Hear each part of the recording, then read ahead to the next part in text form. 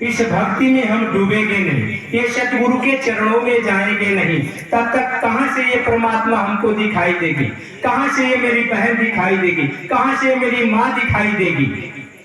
जब तक इनके चरणों में जाएंगे नहीं, जब तक यह तीसरा नेत्र मुझे देंगे नहीं, तब तक नहीं दिखाई देगा। शास्त्री में जी, ये शरीर हमारे किसी काम का नहीं। बड़े बड़े सुंदर कपड़ा पहनते हैं, बड़े बड़े किस्म के अच्छे खाना खाते हैं, पर यह मानव का शरीर किसी काम का नहीं है। कबीर साहब कहते हैं कि लकड़ी जल कोयला भई, कोयला जल भय राख, हम मैं पापिन ऐसा जला ना कोयला भय ना राख। तो शायद से ये शरीर मानव का किसी काम का नहीं है। एक पशु का शरीर हर काम में उपलब्ध हो जाता है, उसका शरीर काम में आ जाता है, लेकिन इस मानव का शरीर किसी काम का नहीं है। जब किसी काम का इस मानव का शरीर नहीं है, तो हमें किस बात की घमंड है, किस बात का लालच है, किस बात का मोह में हम फंसे हुए हैं।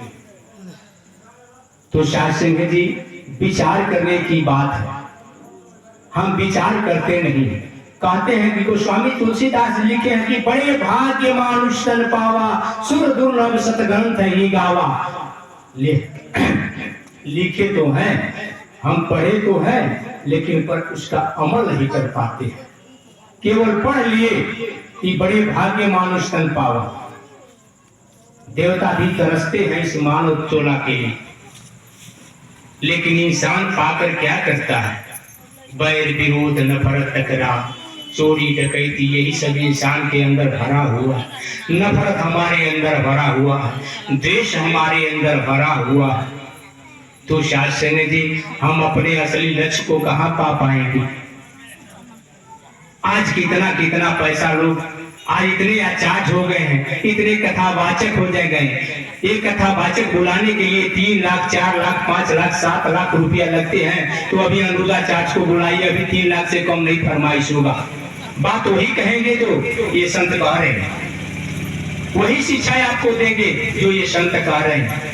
लेकिन वो आप पैसा खर्चा करके सुनते हैं, फिर भी आपको वही बात है, आपको संतुष्टि नहीं मिल पाती है। और ये संत बिना पैसा के आते हैं, आप तक संदेशा देते हैं कि मैं भी परमात्मा को जाना हूं, आप भी जान जाइए। मेरा जन्म सुहेला हो गया, आप भी जन्म सुहेला कर लीजिए। पर इंसान चर्चा के विषय बना लेते हैं कि ये लोग ऐसा है, वो लोग वैसा है। किसी की बुराई नहीं करना चाहिए, चाहे वो गलत हो चाहे सही हो। हमारे सतगुरु ने प्रथम शिक्षा दी है कि ये तन मन धन इस प्रभु निराकार का है, इस पर मेरा कोई अधिकार नहीं है, न इसको मुझे मानना है कि ये हमारा धन है। दूसरा बताए हैं कि किसी के जाति पाति पर नफरत नहीं करना है। तीसरा, खाने पीने पर नफरत नहीं करना है। क्या खाते हैं, क्या पीते हैं, क्या पहनते, हमें कोई नफरत नहीं है। आज सत्संग जी, फिर भी इंसान ये चर्चा के विषय बना लेते हैं कि ये लोग ऐसे हैं वैसे हैं। शायद सिंह जी इतना राज रामचंद्र जी के इतने शासन किए, उनके भाई भरत जी जो कहते हैं लोग पुराने भरत जी की उंगली से बचल जाए तो देख लिए। शायद सिंह जी जो अंजलि से देते थे कि उन्हीं पर लेते थे, उनको आज इंसान नहीं बख्शा, तो हम तो इंसान है, मुझे कौन बख्श सकता है? तो हमारे बख्शनहार ये समय के सतगुरु आए हैं।